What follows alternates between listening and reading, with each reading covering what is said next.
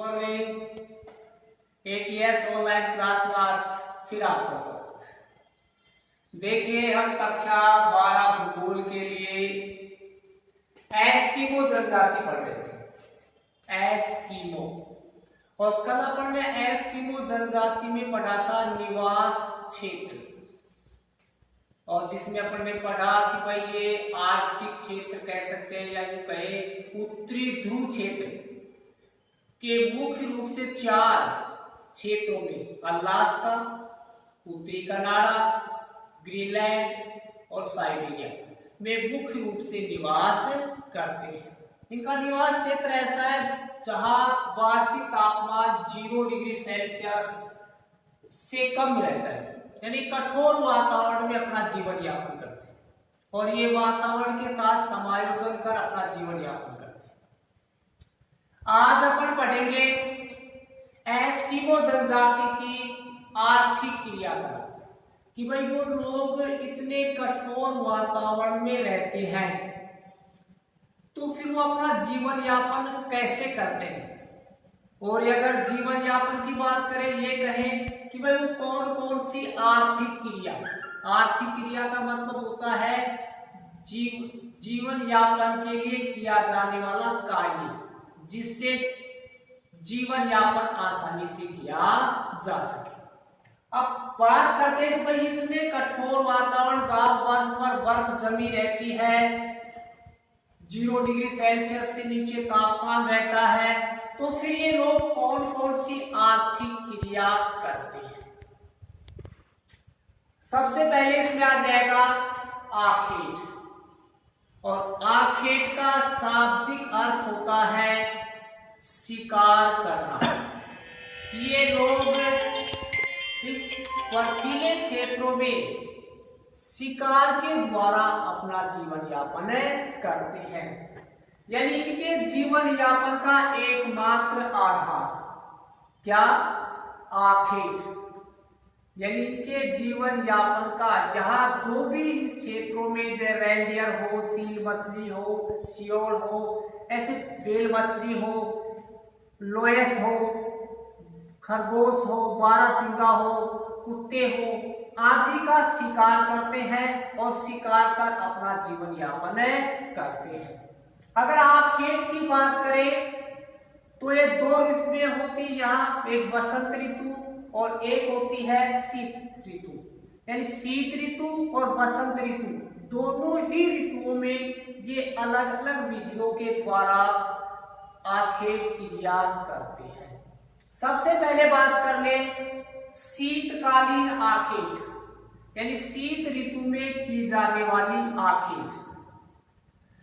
या शीतकालीन आखेट की भी 2 विधियां हैं। अब शीतकालीन समय में भी जो ये आखेट क्रिया करते हैं उसकी भी 2 विधियां हैं, यानी 2 विधियों के द्वारा ये शीतकालीन आखेट करते हैं। और ये मुख्य रूप से या ध्यान रखना, शीतकालीन समय में ये मुख्य रूप से केवल और केवल सील मछली का, ये बहुत बड़ा क्वेश्चन भी आता है माध्यमिक शिक्षा बोर्ड में, एस्किमो जनजाति के जीवन में सील मछली का उपयोग, ये अभी मैं इस पर बात करूंगा। यह बात करें शीतकालीन आखेट की, जहां ये सील मछली का शिकार करते हैं। किसका शिकार करते हैं? सील मछली का शिकार करते हैं। अब ये शीतकालीन आखेट की 2 विधियां हैं। पहली है माओपाक, या माओपाक भी इसको कह सकते हैं अपन, यानी माओपाक इनकी शीतकालीन आखेट की एक विधि। और माओपाक का शाब्दिक अर्थ होता है प्रतीक्षा करना, इंतजार करना। यानी शीतकालीन आखेट की पहली विधि है माओपाक, और जिसका शाब्दिक अर्थ होता है प्रतीक्षा करना। अब ये प्रतीक्षा कैसे करते हैं वो भी सुन ले। यहाँ पर ये कहते हैं भाई माओपाक क्या है। ये 2 प्रकार सवाल आ सकता है। माओपाक का शाब्दिक अर्थ क्या है? प्रतीक्षा करना।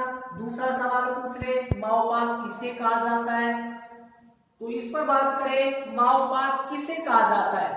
अब एस्किमो जनजाति के लोग शीतकालीन समय में बर्फीले क्षेत्रों में सील मछली का शिकार करते हैं।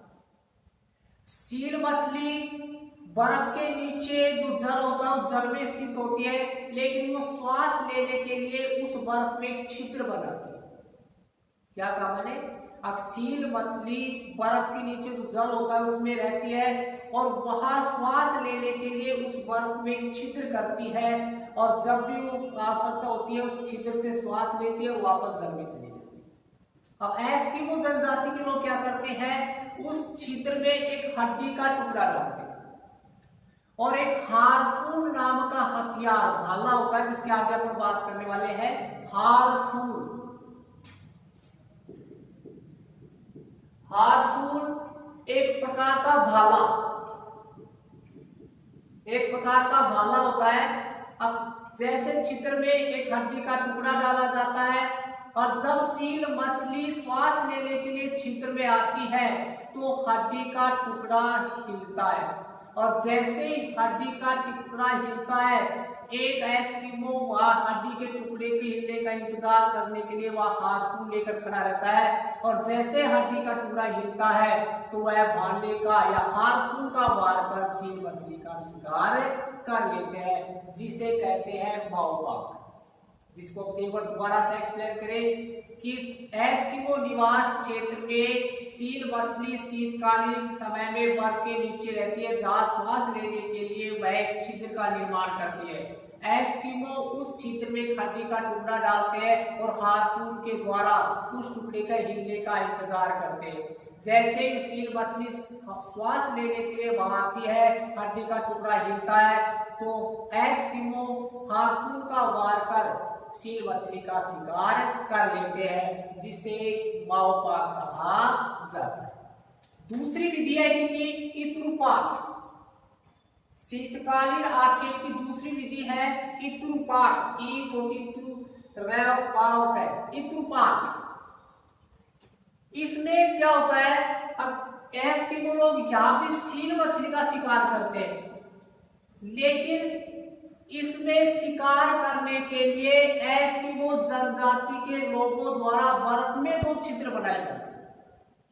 क्या होता है इसमें इत्रुपाक में कि सील मछली का शिकार करने के लिए एस्किमो जनजाति के लोग बर्फ में 2 छिद्र बनाते हैं, जहां एक एस्किमो एक छिद्र में मछली को चारा डालता है और दूसरा एस्किमो जैसे चारे के लिए सील मछली आती है तो दूसरा एस्किमो हार्पून का वार कर सील मछली का शिकार कर लेते हैं, जिसे कौन सी विधि कहते हैं, इत्रुपाक विधि।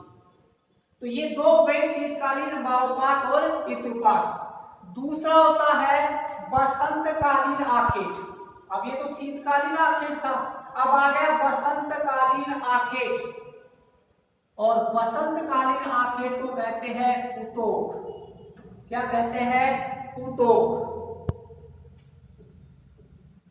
बसंतकालीन आखेट को क्या कहा जाता है, उतोक। अब बसंत का मतलब है कि इस समय सूर्य की किरणें या कुछ पड़ने लगती है, जहां सील मछली धूप सेकने के लिए समुद्र से सागर से बाहर निकलकर तटों पर धूप सेकती है।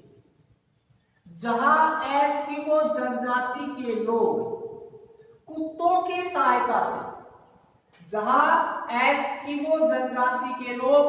कुत्तों की सहायता से सील मछली का शिकार करते हैं। अब भाई कुत्ते जो होते हैं उस शिकार को ढूंढने में माहिर होते हैं और वो उसके पीछे चलते हैं, जहां सील मछली होती है वहां एस्किमो जनजाति द्वारा उनका शिकार कर लिया जाता है, जिसे कौन सी विधि कहते हैं, उतोक, या कह सकते हैं बसंतकालीन आखेट। या भी एक सवाल बन जाता अपना, एस्किमो जनजाति में बसंतकालीन आखेट को क्या कहा जाता है, वह आ जाएगा उतोक। क्या कहा जाता है, उतोक। अभी मैंने सील मछली की बात की थी, अब एस्किमो जनजाति के जीवन में सील मछली का उपयोग, ये माध्यमिक शिक्षा बोर्ड के एग्जाम में कई बार ये सवाल आ चुका है। 1 नंबर का सवाल आता है, सवाल कैसे आता है एस्किमो जनजाति के जीवन में सील मछली का उपयोग यानी योगदान। देखिए, एस्किमो जनजाति के जीवन में सील मछली का महत्वपूर्ण उपयोग होता है। कारण कि सील मछली, अभी अपन ने आखिर में पढ़ा था कि ये लोग सील मछली का शिकार करते हैं। किसके लिए करते हैं? भोजन के। यानी सील मछली का उपयोग पहला भोजन करने के लिए, दूसरा इनके चमड़े से वस्त्र बनाने के लिए, तीसरा इनकी चर्बी को जलाने के लिए, क्योंकि इसकी चर्बी होती है लंबे समय तक जलती रहती है। जैसे अपने घरों में घी का दिया नहीं जलता है, ऐसे इसको मांस के टुकड़े के एक तरफ आग लगा दो, फिर वो रात भर जलता रहता है। तो तीसरा क्या आ गया? ईंधन प्राप्त करने के लिए, और चौथा तंबू बनाने के लिए हड्डियां सील मछली से प्राप्त की जाती है। किसका मतलब है? एस्किमो जनजाति के जीवन में सील मछली का महत्वपूर्ण योगदान होता है। अगला एक टॉपिक आर्थिक क्रियाकलाप के बाद आ जाए भोजन। अब भाई ये लोग भोजन में क्या क्या करते हैं?